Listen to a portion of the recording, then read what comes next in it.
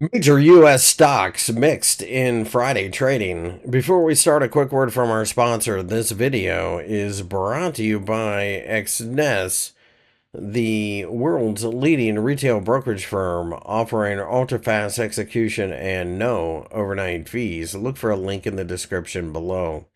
The Microsoft market does look like it's going to open up a bit to the upside on Friday, but quite frankly, I think what we're looking at here is a market that is falling right in line with the S&P 500 and the Nasdaq 100 in the sense that it's trying to find some type of floor, and it'll be interesting to see whether or not the market starts to turn around. I don't want to try to be the first person into Microsoft, but we are at an area that historically has mattered a bit near the $375 level.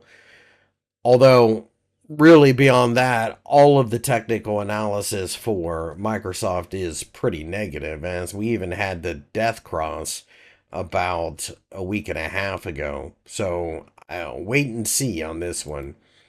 Amazon looks like it's going to rally a bit at the open on Friday as we continue to dance around just below the 50% Fibonacci retracement level and the 200-day EMA.